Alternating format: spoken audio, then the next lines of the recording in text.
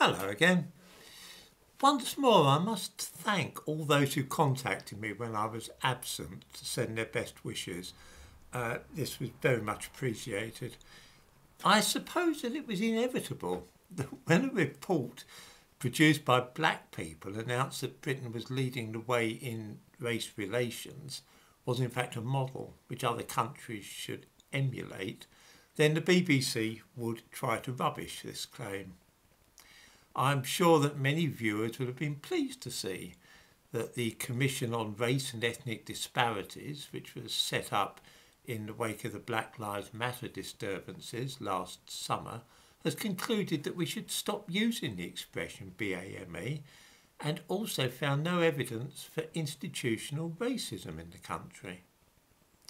I give a link to the findings of the Commission in the description to this video. I also provide a link to part of the BBC response, posted as a link below their news about the new findings. In other words, in all their online versions, whenever they put anything about the Commission's report, they inserted their own little piece underneath it. They chose to dredge up a piece which they published last year containing some terrible falsehoods. And they presented it all as fact. Let's go through the BBC piece from their Newsbeat team and see what they have to say. After all, the BBC are attaching it to the report which has just been published, so they must think it sheds some sort of light on racism. The article is headed, "The Black History You May Not Know About." The reason that you won't know about it, of course, is that most of it is, to be charitable, a pack of fairy tales. An unkind person would call it a lot of barefaced lies. First to feature is in this history, so-called, is the so-called Ivory Bangle lady from York, who died there in the 4th century AD. She's claimed to be black, but there is no evidence whatsoever for this. Analysis of her teeth, that is to say the isotopes which accumulated in her teeth over her life, suggests that she might have grown up in the West Country, Devon or Cornwall, although there is a possibility that she was raised on the coast of the Mediterranean somewhere. Measurements of her skull have led to the suggestion that she might have been from North Africa, but that sort of thing is really unreliable. You can't tell the colour of somebody's skin just from measuring their skull. That is a mad idea. I mean, most sensible people abandoned that at the time when phrenology was abandoned in the 19th century. But still, I mean, in the course of anti-racism, even loopy ideas like phrenology can be roped in. Anyway, even if she did come from North Africa, it's very unlikely she would have been black. However, it doesn't tell us anything at all about the possibility that black people lived in Britain during the Roman occupation, as is claimed in the news item. Next on that list of things you might not know about black history is the Black Trumpeter from Tudor London. This is true, but there's no reason at all to suppose that he was anything other than a rare exception. Queen Charlotte. Was she Britain's first black queen? That old chestnut again.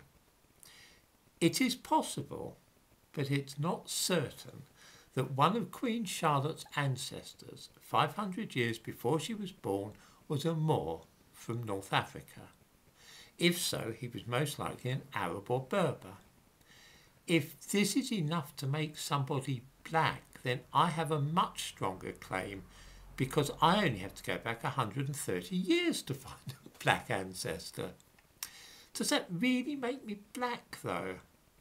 If one of my ancestors from 500 years ago, that is to say the 1500s, had been from North Africa, that wouldn't really make me black, would it? No, it is all sheer nonsense.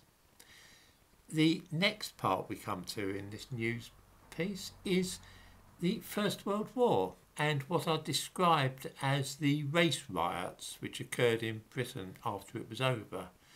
I know quite a bit about this because I've written a book on the subject, 1919, Britain's Year of Revolution. There were an awful lot of riots in Britain that year, and a number of people, black and white, were killed. Far more white people were killed than black people, incidentally. The black people who took part in those riots were usually foreign soldiers, foreign sailors rather, and they did have an unfortunate tendency to use firearms. What about the man killed during the race riots in 1919, whose picture is featured in the BBC article? That's 24-year-old Charles Wotton. This really is a terrible piece of fiction, and I'm not at all surprised that the BBC have seen fit to commemorate him with a plaque, which is really, really misleading. You can see that in the thumbnail to this video. He drowned in the docks at Liverpool in June 1919. How did he die? Well, let's look at the Yorkshire Evening Post for June the 6th, 1919, which tells the story. The disturbance began at the corner of Bailey Street and Grenville Street. A number of coloured men quarrelled with several Swedes, and high words led to a fight, in which the negroes drew knives and razors. A constable on duty interfered, but was badly slashed about the face and back, and fell exhausted to the ground.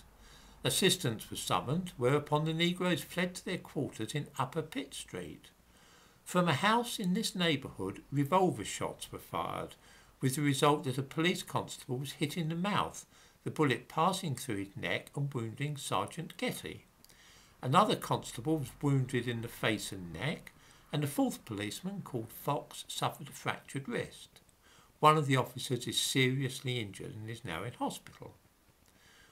While the disturbance was in progress, a negro suspected of firing the revolver ran away towards the dockside and was followed by a hostile crowd.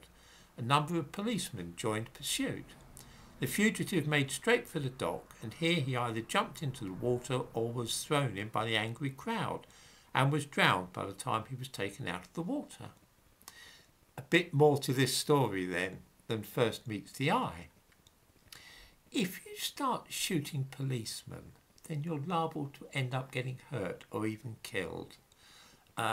If I discharge a pistol, wounding 3 police officers, and as a result am chased by an angry crowd and fall in the river and drown, then I'm really the architect of my own misfortune.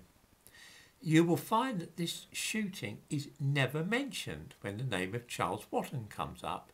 He is always represented as the victim of a white lynch mob, as indeed he is in the BBC article here. I can see precisely why the BBC were horrified at a report which demolishes the idea of institutional racism, because if accepted it would deprive them of a major part of their ideology. Just imagine the BBC limping along without being able to go on all the time about racism and prejudice against minorities. If they are going to try and discredit this document, though, they might try not to tell so many silly lies. It just has the effect of making them look ridiculous.